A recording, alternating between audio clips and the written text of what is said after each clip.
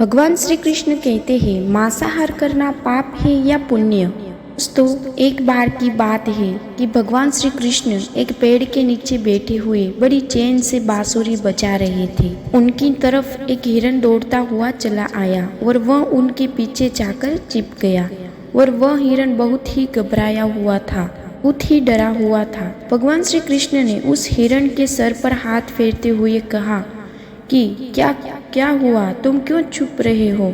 जिससे वह हिरण का पीछा करते हुए एक शिकारी आके पहुंच गया और वह शिकारी कहने लगा कि यह मेरा शिकार है, इसे मुझे दे दो, इस पर मेरा अधिकार है। तब भगवान श्री कृष्ण जब उस शिकारी की बात सुनते बोले, हर जीवित जीवों पर उसका खुद का अधिकार, ना कि किसी और का। तब वह शिकारी क्रोध में आकर के खाने लगा कि यह मेरा शिकार है, इसे मैं पकड़ा हुआ हूँ।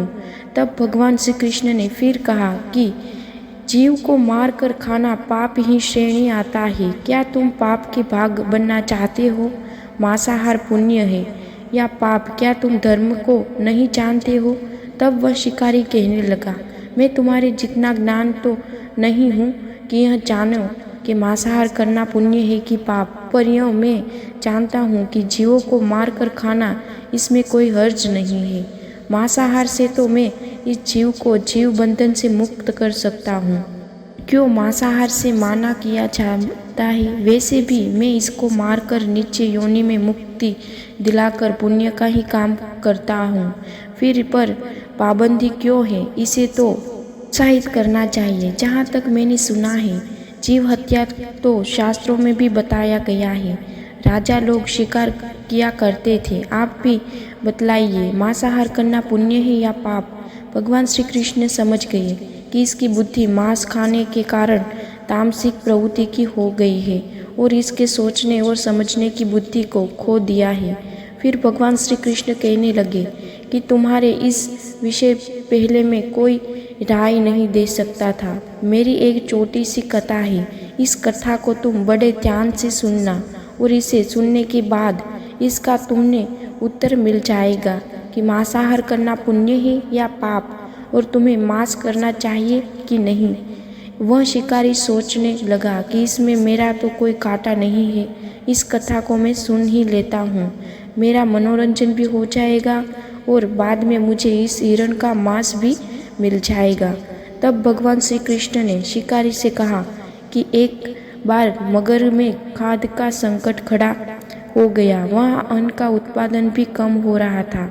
उस देश में राजा को चिंता हुई कि यदि इस समस्या का जल्दी से कोई निदान नहीं किया गया तो जितना भी अनाज कोष में रखा हुआ है वह जल्द ही खत्म हो जाएगा और वह सब संकट और भीषण हो जाएगा। राजा ने अपनी राज्यसभा में मंत्रियों से पूछा था कि देश की खाने की समस्या को सुलझाने के लिए सबसे सस्ती वस्तु कौन सी है। सब तब तक सोचने में पड़ गए। चावल, गेहूं, आलू इत्यादि पदार्थ को उंगले बड़ा ही श्रम करना पड़ेगा, तब भी प्राप्त होते हैं जब प्रकृति का प्रकोप ना हो। ऐसे तो कुछ सस्ता हो ही नहीं सकता। भी शिकारी का शौक रखने वाले एक मंत्री ने सोचा कि यह उत्तम अवसर है, क्यों न शिकार के लिए राजा की अनुमति ले ली जाए। उसमें सभा में कहा कि मैं सबसे सस्ता पदार्थ है मांस, इसके लिए धन का खर्च भी नहीं है और पौष्टिक खाना भी मिलता है। सभा में सभी मंत्रीगणों ने इस बात का समर्थन भी कर दिया, लेकिन वहाँ में एक मंत्री अभी भी चुप थे। राजा ने पूछा कि मंत्री जी, आप चुप क्यों है? आपने अपना कोई निर्णय नहीं दिया कि मांस सबसे सस्ता पदार्थ है। फिर भी इस विषय में अपने विचार आपके सामने कर रखूँगा। मंत्री इस रात मांसाहार का प्रस्ताव रखने वाले सामंत के घर पहुंच गए। सामंत ने इस रात को मंत्री को जब अपने घर पर आते हुए देखा तो वह घबरा गया। निष्ठा की आशंका से वह कांप गया। मंत्री ने कहा, संध्या को महाराज हो गए, उनकी हालत बहुत ही खराब हो गई है। उनकी हालत मुझसे देखी नहीं गई तो मैंने राज्य वैद्य को बुलाया है। तो जब राजा को राज्य वैद्य देखा तो राज्य वैद्य ने कहा कि किसी शक्तिशाली देह का दूत वाला मांस यहीं मिल जाए तो राजा के प्राण बच जा सकते हैं। आप महाराज के सबसे विश्वास पात्र व्यक्ति हैं, इसलिए आपसे योग्य कौन होगा? इसके लिए आप जो भी मूल्यांकन या मूल्य वास्तु आप लेना चाहते हैं सकते हैं। आप कहे तो इस काम के लिए मैं आपको 1,00,000 स्वर्ण मुद्रे भी दे सकता हूँ। एक बड़ी जागीर भी आप मांग सकते हैं। बस आप अपनी इच्छा कह दीजिए। मैं तलवार से आपकी हृदय को चीर करके बस 2 तोला मांस निकाल लूँगा। सुनकर के सामंत के चेहरे का रंग भी बदल गया। सामंत ने जब मंत्री की बात सुनी तो वह बड़ी ही सोच में पड़ गया। वह सोचने लगा कि जब जीवी ही नहीं रहेगा तो 1,00,000 स्वर्ण मुद्रा को मैं क्या करूँगा और इतनी बड़ी जागीर को लेकर मैं क्या करूँगा। जब तक जीवन है तभी तो धन काम आएगा और बिना जीवन में धन क्या उपयोग होगा। मेरी मृत्यु के बाद उस धन का उपयोग कौन करेगा। वह झटपट अंदर भाग कर गया और अपनी तिजोरी से 1,00,000 स्वर्ण मुद्रा को निकाला और पोटली में बांधा और फिर वह दौड़ करके उस पोटली को लेकर मुद्रा को मंत्री जी को देने लगा और मंत्री जी के पैरों पर गिर गया। वह गिड़गिड़ाने लगा और बोला, मंत्री जी, मैं आपकी 1,00,000 मुद्रा में अपनी 1,00,000 मुद्रा और मिला देता हूँ।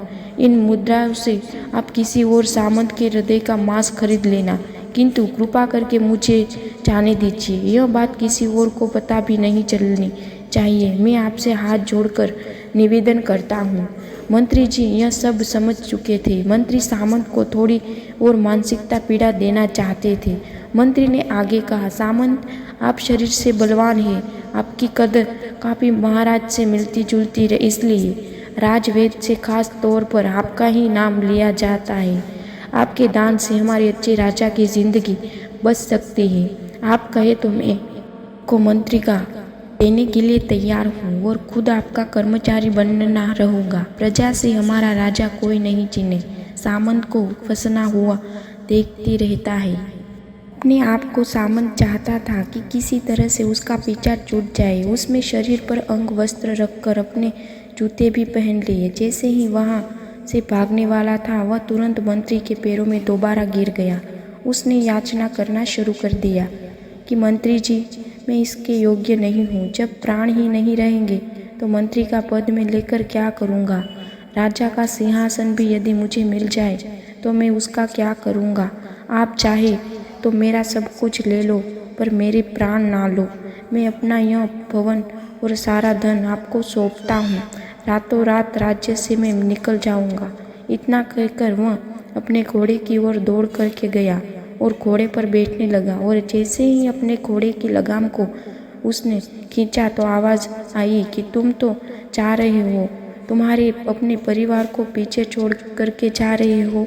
सामंत ने कहा कि मेरे अपने प्राण से प्रिय मुझे भी कुछ नहीं है। जब जीवन ही नहीं रहेगा तो कुटुंब को लेकर के मैं क्या करूँगा। जीवन रहा तो ऐसे ही सुखी रहूँगा। इतना कहकर घोड़े पर छलांग लगाकर बैठ ही गया। वह अभी चलने को था कि मंत्री ने घोड़े की लगाम को पकड़ लिया। वह सामंत से कहने लगे, भागने की ज़रूरत नहीं है, आप आराम से घर पर रहिए। मैं किसी दूसरे सामंत के घर जाता हूँ। यह कहकर मंत्री जी वहाँ से चले गए। मंत्री के वहाँ से जाने पर सामंत ने अंदर कुछ जाने को आई, परंतु बेचैनी बढ़ी हुई थी।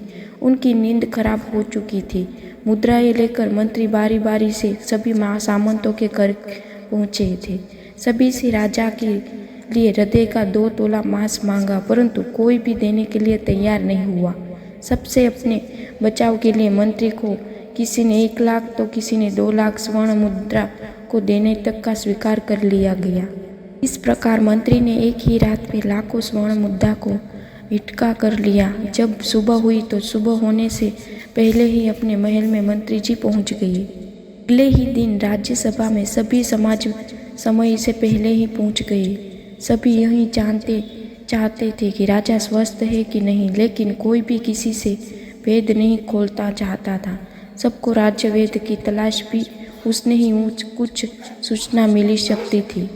मंत्री ने सैनिकों को आज्ञा दे रखी थी कि जब तक महाराज राज्यसभा में ना आए तब तक किसी को भी सामंत को महल से बाहर जाने की अनुमति नहीं दे।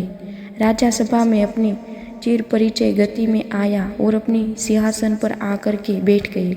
सभी सामंतों ने देखा कि कहीं से राजा उन्हें अस्वस्थ नहीं दिख रहे थे। उन्हें कुछ हुआ भी नहीं था। ऐसा लग रहा था मंत्री ने उसे झूठ बोला था। हमें यही विचार चल रहा था, पर कोई भी किसी से कुछ भी नहीं बोल रहा था। तभी मंत्री ने राजा के समक्ष 40 लाख मुद्रा रख दी। राजा ने पूछा, यह स्वर्ण मुद्रा किसके लिए है और कहाँ से लेकर के आए हो? मंत्री ने कहा कि 2 तोले मांस के लिए इतनी धनराशि जुटाई है। मांस नहीं मिला। अपनी जान बचाने के लिए सामंतों ने यह मुद्राएं दी है। अब आप यह विचार कीजिए कि मांस कितना सस्ता है। राजा को बात समझ में आ गई। उन्होंने प्रजा को अतिरिक्त परिश्रम करने का निवेदन किया और राजा के अनाज भंडार से अनाज निकाल करके सभी श्रमिकों को देते हैं। उन्होंने पौष्टिक सब्जियों की खेती का तुरंत आदेश अपने राज्य में सभी व्यक्तियों को दे दिया। वह 40 लाख स्वर्ण मुद्रा इसी कार्य में लिए और श्रमिकों को कल्याण के लिए खर्च कर दिए गए। इससे साग सब्जी तेजी से उग, जिससे प्रजा का कल्याण भी हुआ और पौष्टिक आहार प्रजा को भी मिल गया।